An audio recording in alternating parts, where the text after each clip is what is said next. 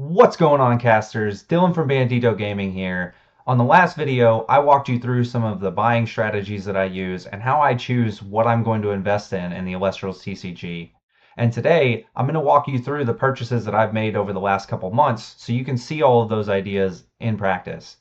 Before we get into it, if you haven't already seen that video, there should be a card with a link somewhere around here.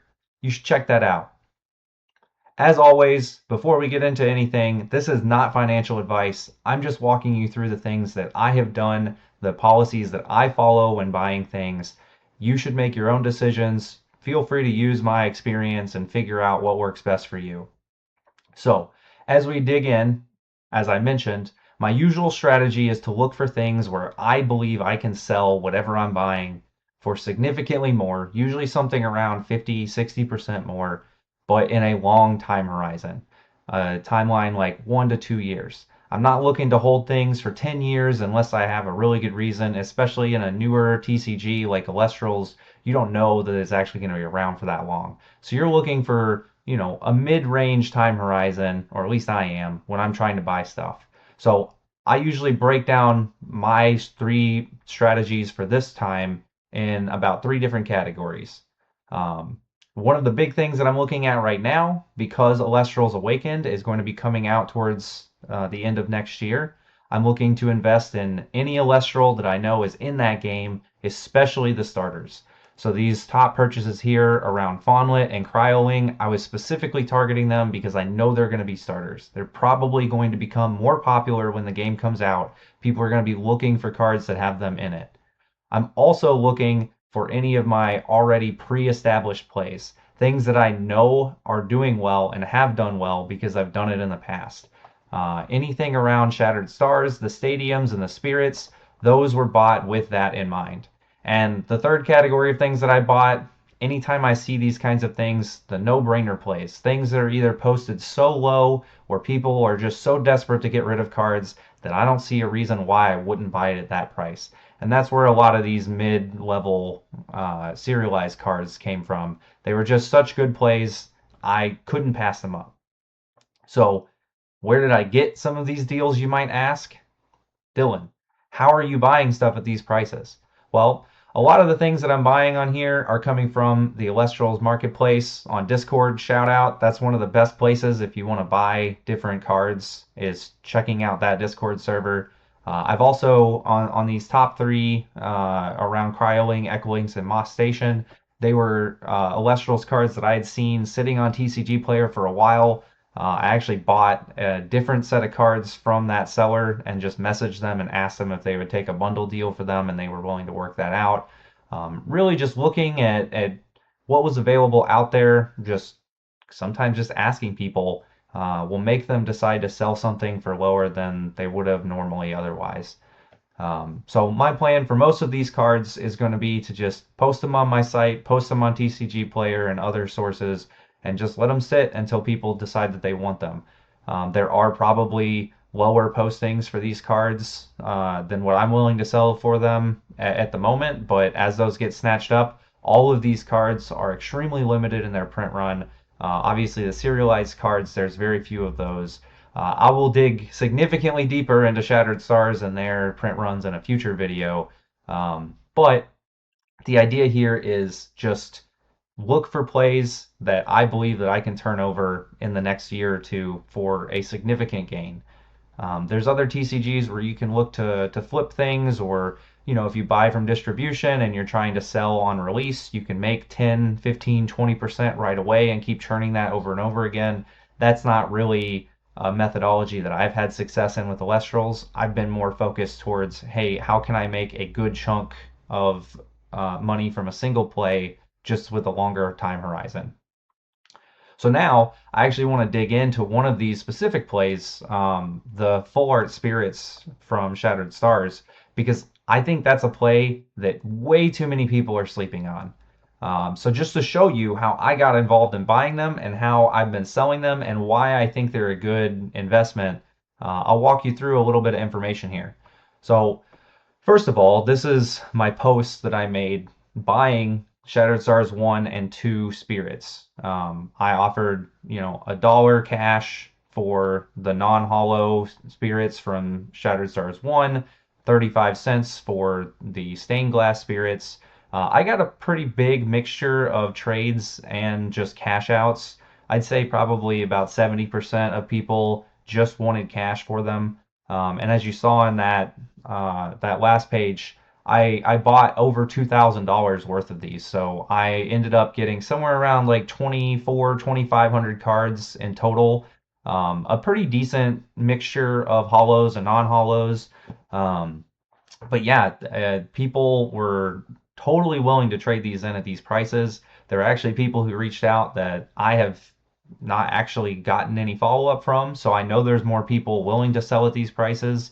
And especially around the Sunstrike release, I got a lot of people interested in just trading for Sunstrike product itself.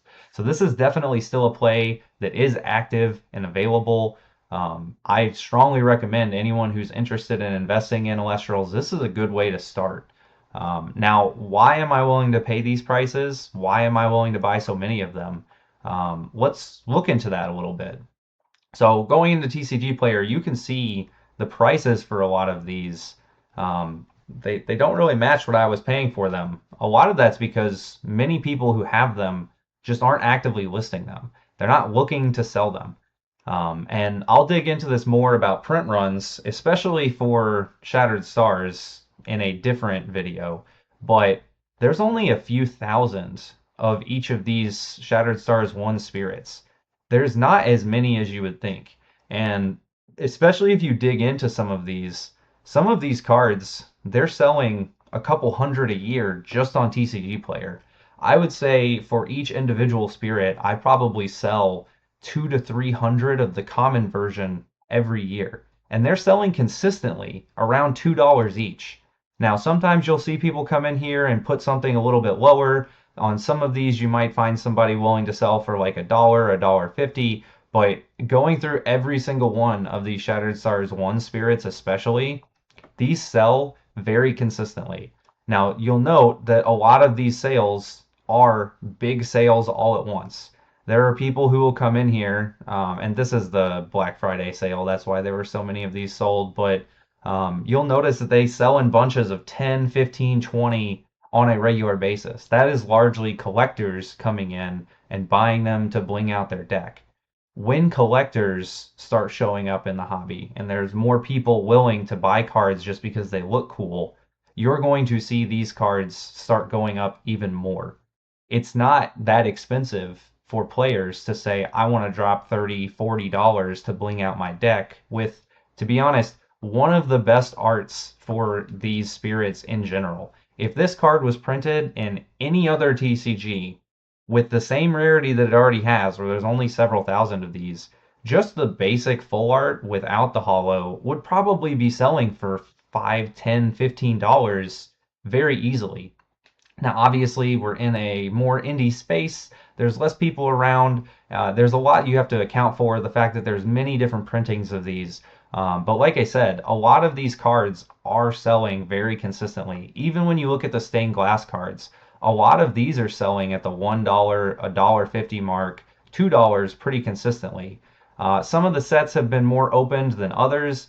If you look at the back end, you can actually see some of these sets, especially Gemini, some of the later parts of Shattered Stars 2 when they were having some manufacturing issues and they raised the prices of things, you'll notice that they still have half, two-thirds of the original stock that they had originally that just hasn't even been bought from Elestrals. So the number of these that are sitting out there is actually really low. And just across the board in Shattered Stars 2, you're starting to really run out of listings. And the people who are listing them are only listing 1, 2, 3, 5 at a time.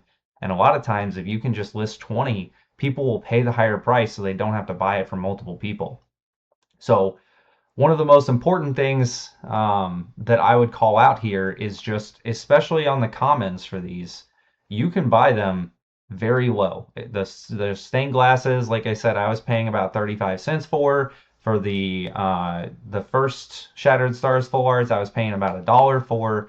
People are more than happy to sell in bulk at those prices, and people will buy. It will take you months. Like I said, you probably only sell maybe 100 or 200, 300 for each individual spirit in a year, but you're doubling up your money on those in a lot of cases. And obviously, you can run deals and sales, and people will buy more at different points in times. But especially as Awakened comes out and these spirits become more popular, I think we're going to transition even more into potentially a collector's market space. And you're not just going to be looking at players trying to buy these out in bulk, especially for these hollows. These are consistently selling at 7, 8, $10 each on a consistent basis regularly. Um, I've had people ask to buy a full set of 8 of 10 each. That's a lot of cards, and that's a good profit when you only have to pay $3 or $4 just to get the first copy. So hopefully this walkthrough, showing you what I have bought, the things that I have been interested in investing in recently, can help you figure out like what are the most useful or important things to you.